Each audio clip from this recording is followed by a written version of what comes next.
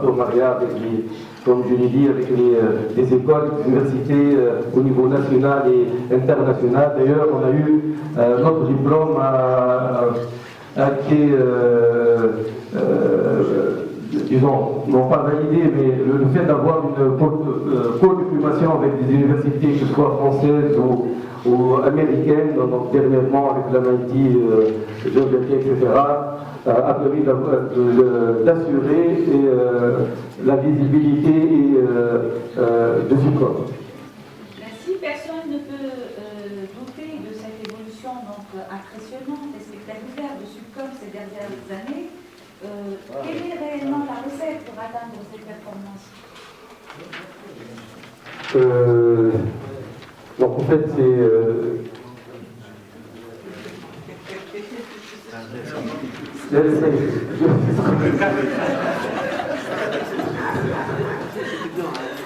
j'ai mis 4.1 donc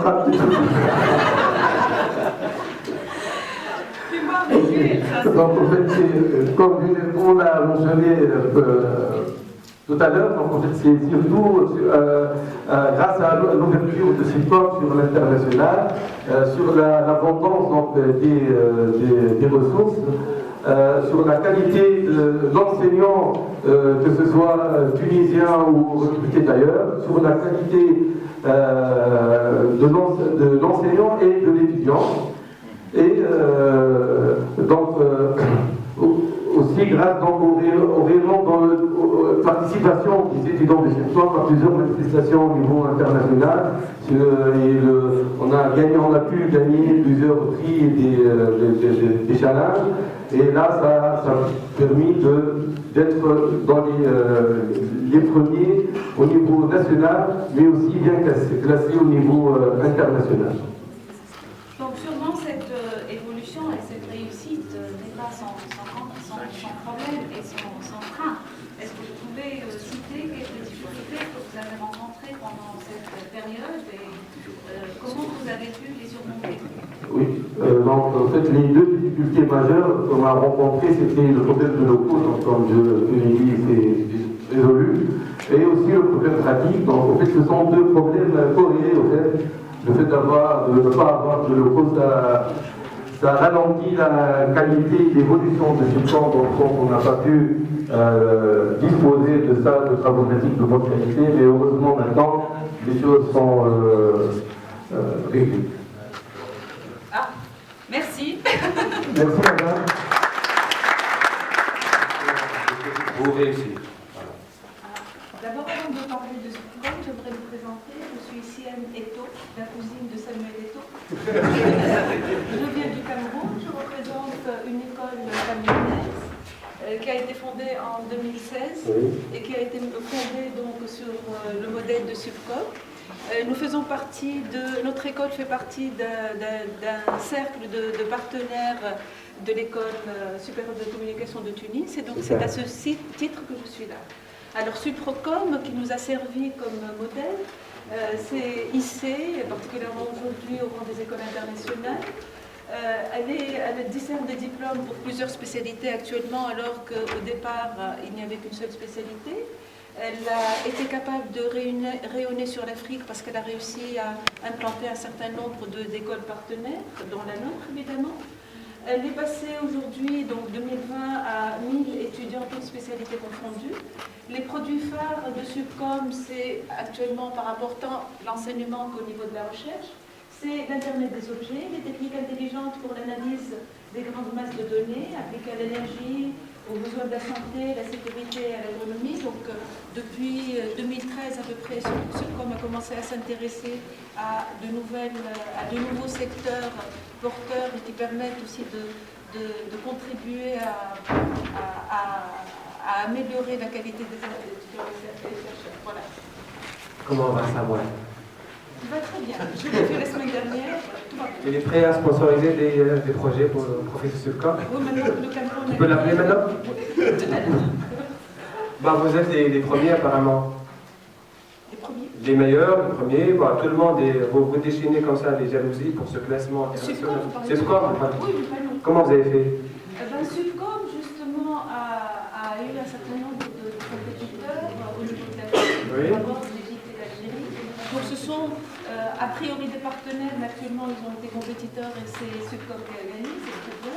Alors les traits distinctifs de Subcom, c'est d'abord la qualité de ses diplômés qui n'a pas cessé de s'améliorer, son implication dans l'implication de ces diplômés-là dans l'économie africaine, les différents axes porteurs dont je viens de parler qui ont permis justement à Subcom de se hisser à ce niveau-là, et encore une fois plusieurs distinctions que ces diplômés ont pu avoir dans des manifestations internationales. Ce que vous avez réalisé.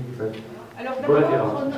le grand challenge qui s'est posé à Subcom, c'est la mise en place d'un grand réseau de partenaires, une réelle ouverture sur l'industrie et les entreprises, des innovations pédagogiques qui ont été apportées au niveau de l'enseignement, particulièrement l'autogestion de la connaissance. Ce que vous entendez par l'autogestion de la connaissance? J'en parlerai tout à l'heure. Vous avez effacé les plans? Des connaissances. Amélioration des conditions de vie sur le campus, tant pour les enseignants que pour les élèves. Une autonomie financière qu'ils ont réussi à arracher après moult et moult efforts. Oui. Et particulièrement Donc l'État ne finance plus, c'est pas vraiment. Et plus le fonds dédié à la recherche, en fait, que nous avons pu décrocher particulièrement. C'est toujours école publique, je précise. Ça reste une école publique, peut-être pas pour longtemps. Très bien. Vous arrivez à gérer ce paradoxe? Sans problème. Très bien. Ils arrivent. Ah, ils arrivent, oui. On est pour combien? L'évolution de Subcom, les dernières années, etc. Ça, on en a parlé. Quelle était la recette pour atteindre ce niveau? D'abord, mes collègues de Subcom, en fait, leur première devise, c'était y croire et persévérer. C'était ça. Ils y ont cru, ils ont persévéré, ils sont arrivés actuellement, en 2020, à quelque chose d'absolument extraordinaire. Et les enseignants dans tout ça? Quand je parle de mes collègues, c'est les enseignants, c'est l'administration, c'est les étudiants qu'ils arrivent à mobiliser, c'est tout ce monde-là. Très bien, madame, je vous remercie. Mais écoute, tu restes.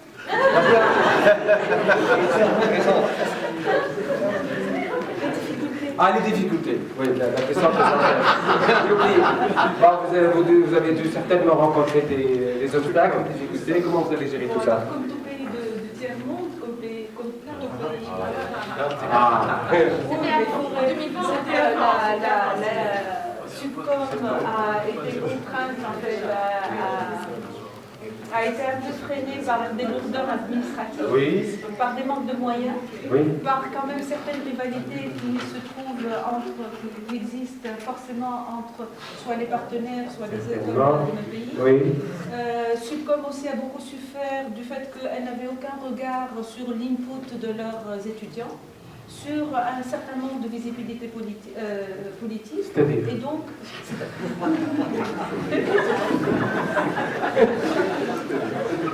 Donc, malgré le manque de visibilité politique, disons l'absence de visibilité politique, pour pas le truc. Cette croyance et cette persévérance, Subcom est devenue à partir de 2017 EPST.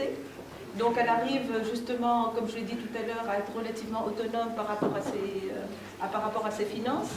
Elle réussit quand même à faire évoluer un petit peu le concours qui lui permet de recruter ses étudiants, et donc elle arrive à recruter des étudiants qui sont plus conformes à ses attentes. Donc vous gardez toujours le concours? On garde le concours, mais c'est un concours qui est plus orienté vers les besoins de Subcom. Et en fait, quelque chose de nouveau, c'est que Subcom a réussi à établir une certaine toile d'araignée avec des industriels qui croient en elle et qui la financent de manière tout à fait régulière et qui permet de financer aussi bien les chercheurs que les étudiants. Très bien, madame, ça a l'air de marcher pour vous. Merci. Passez mes salutations à Samuel. Ok. N'oubliez pas l'affaire. Présentez-nous Subcom et quelles sont les disciplines qui s'étaient lors d'élèves.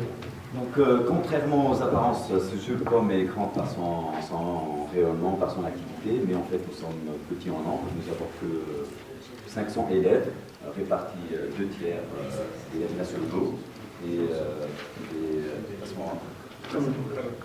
2 tiers d'élèves nationaux, tunisiens, et 1 tiers d'élèves étrangers.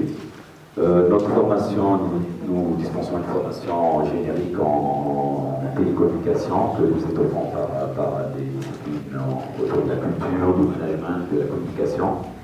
Et également, nous avons développé des disciplines très prisées dans le secteur du télécom, autour des technologies de la sécurité, de l'ingénierie des réseaux intelligents et de traitement de big data.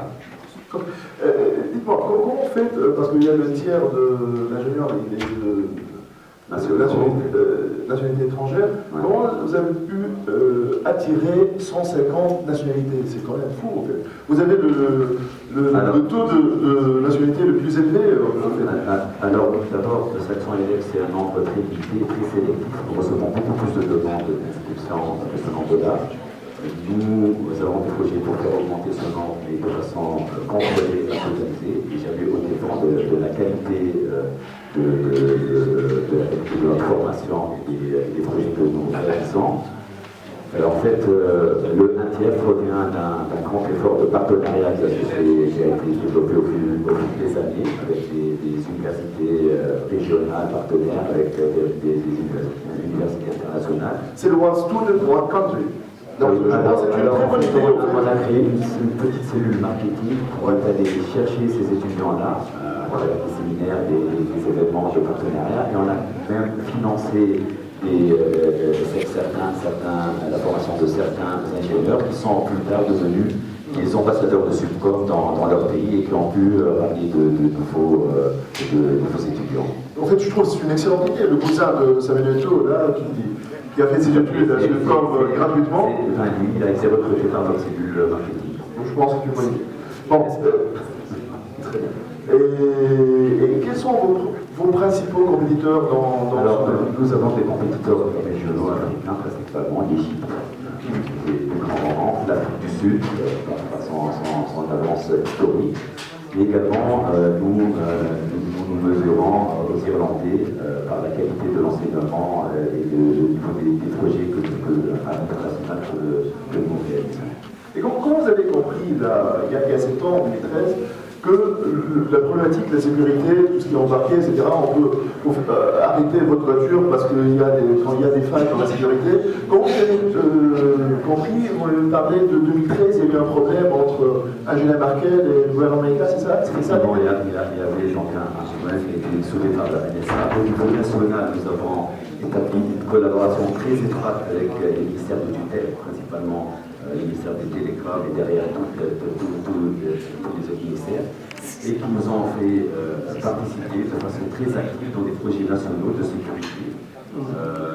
Mais également, plus tard, on s'est ouvert à des disciplines comme l'énergie, on a développé des projets en collaboration avec ce contrôle de la rationalisation et du contrôle de la consommation d'énergie, avec le ministère des eaux, avec le ministère de la Santé. On a participé activement dans la plateforme dans le développement de la plateforme IGOV. Et donc tout ça s'est suivi par une participation active dans les organismes internationaux. Nous avons fait beaucoup de publications. On a développé nos propres RFC avec nos élèves ingénieurs. On a participé à l'IETF. Et donc ce rayonnement-là a permis à Subcom de se faire connaître à Subcom Télécom Tunisie. C'est Subcom Télécom. Aujourd'hui, elle va nous parler de Subcom. Selon les statistiques, nous avons remarqué que dans votre société, c'est les subcomiens qui sont visés. Il y a plus de cadres et employés subcomiens sont plus nombreux dans votre entreprise. Donc, est-ce que vous pouvez nous expliquer pourquoi ce choix, pourquoi les subcomiens en particulier, qu'est-ce qu'ils ont en formation qui vous permet de les sélectionner eux? En fait, comme vous le savez, aujourd'hui, les subcomiens sont à peu près partout dans le monde, pas uniquement chez nous. Chez nous, tout à fait, parce que nous sommes un public quelque part subcomien, nous avons été créés par des subcomiens, donc à travers des startups qui, on n'est pas là pour parler de la multinationale aujourd'hui, on est là pour parler de ces fabuleuses écoles subcom. Donc, Subcom, c'est une école d'ingénieurs en TIC, qui sort à peu près 100 élèves ingénieurs par promotion. une centaine, plus une cinquantaine. Donc ils font de la recherche et développement, donc de la recherche appliquée, ce qui explique un peu aujourd'hui notre faveur.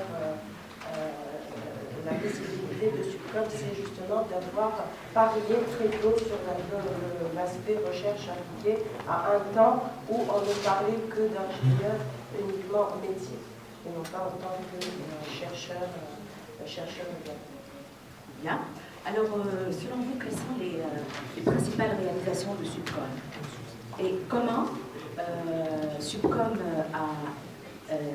qu'a fait Subcom pour justement favoriser ce genre de compétences Alors, au niveau discipline, donc, comme vous le savez, donc, Subcom a accès et resté quand même, elle a eu la exigence de rester fidèle à ses débuts, donc elle continue à sortir des ingénieurs généralistes et ensuite donc, ces ingénieurs-là ont une spécialité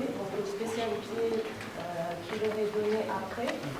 Donc 3 spécialités à Subcom, une spécialité donc, réseau, service, une spécialité donc, système de télécom et une spécialité management de télécom. Donc voilà les 3 spécialités de Subcom.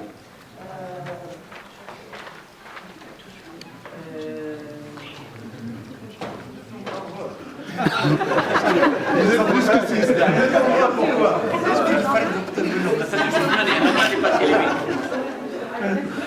Vous répétez après moi. Comptez les mots. École. Citoyenne. Supérieur, non? Ouverte. Il n'y a pas supérieur? Citoyenne. Supérieur, non? Ça peut être une école primaire, ça. S'il vous plaît, on les laisse et après on les laisse. C'est bon, ça va mieux. École. Primaire. Citoyenne. Ouverte. Visible. Créatrice de valeur pour le développement et le bien-être de l'humanité. Bon, École de mécanique. donc école, citoyenne, ouverte, visible, créatrice de valeur pour le développement et le bien-être de l'humanité. Vos réactions? Tu oses dire alors là, c'est pas de la langue de bois. Pas tout. C'est la langue de bois, ça.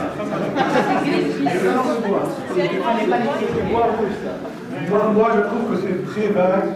On dirait que c'est une 30e article de la charte des droits.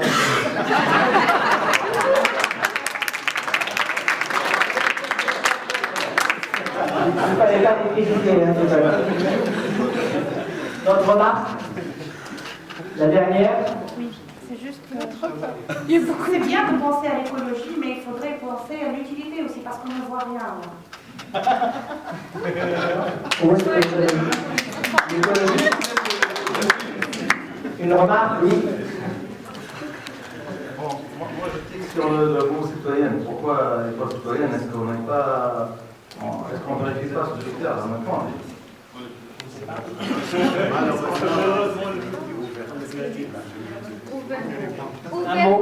Les mots ouverte, invisible.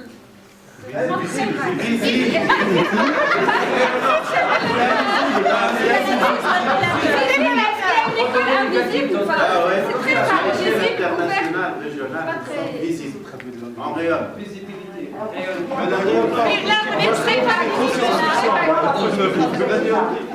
Il faut s'élever à Subcom.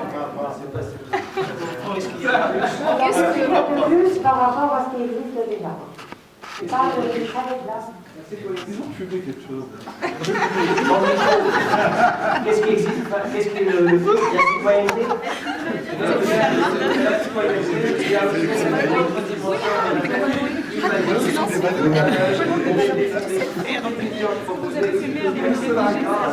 C'est des visions qui présentent. Voilà, il n'y a pas cette profondeur, cette troisième dimension qui nous engage tous. En dehors des indépendamment des frontières, indépendamment de nos appartenances écologiques, il y a quelque chose qui est l'humain. La science, c'est ça, la science s'inscrit dans l'humain. La science, ce n'est pas uniquement rendre service sur une échelle locale. Nous sommes aussi dans cette épopée qu'on appelle l'humanité. Merci, on les applaudit. Dernier groupe. Il se reconnaîtra. Le numéro 1. Ça y est, c'est le dernier.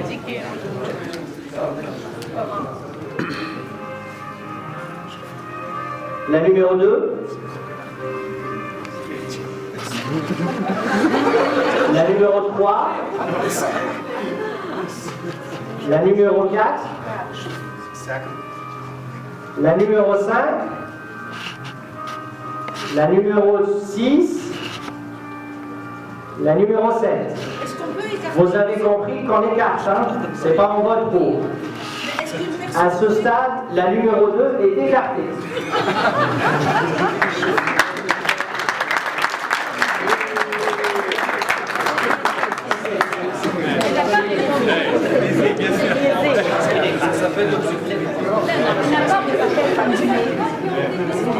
Il en reste 6. Et nous allons sacrifier encore une autre.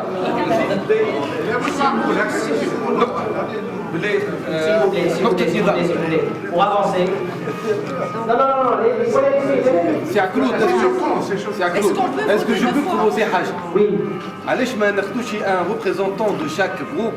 Oui, on 15 minutes. Ça va venir. Ah, ok.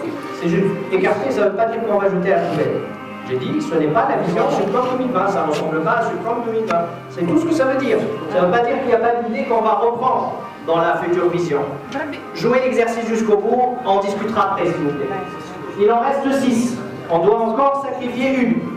Qui sacrifie la numéro 1? La numéro 3. La numéro 4.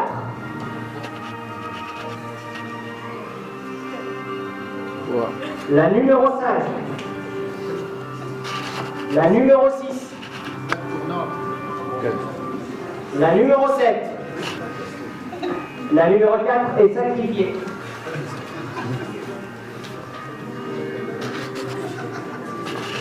Il en reste 5. Nous devons encore sacrifier une autre. Qui sacrifie la numéro 1?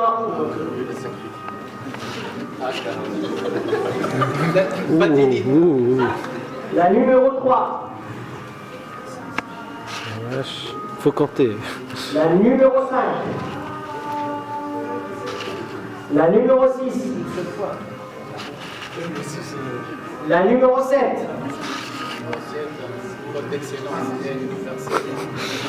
La numéro 3 est sacrifiée. Encore une autre. Je vous promets, c'est la dernière. Qui sacrifie la numéro 1? Combien? 1, 2, 3, 4, 5, 6, 7, 9. La numéro 5.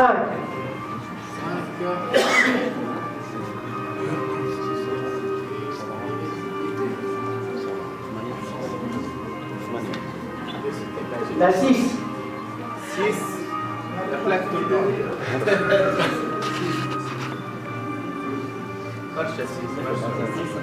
La 7. Combien la 7?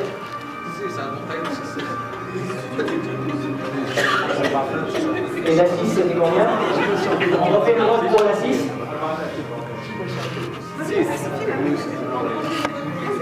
Le 6. Donc le 6 est sacrifié. Ce que je vous propose, c'est qu'on va continuer l'exercice. C'était vraiment dans un esprit pas d'écarter les idées, mais vraiment de recueillir un peu la... on va essayer de sélectionner quelques visions. Il nous reste 3, donc il nous reste la 1, la 5 et la 7. Et bien sûr, les autres avec les idées qu'il y a à l'intérieur. Et ce que nous allons faire d'ici demain, c'est qu'on va programmer peut-être 2 groupes de travail pour nous faire 2 propositions et reformuler la vision à partir des informations qui étaient là et à partir de cette matière-ci, c'est-à-dire les ambitions. Donc je relis ce qui a été retenu. Subcom, pôle d'excellence, vise à former un ingénieur d'élite leadership. Elle constitue un noyau fédérateur en Afrique avec une perspective d'autonomie de gestion. Subcom 2020 est une école qui vise l'excellence qui est axé sur l'innovation et la diversité, qui se base sur les principes d'une gouvernance autonome, participative et aspire à l'internationalisation, la diversification et la création d'un modèle de croissance par les startups.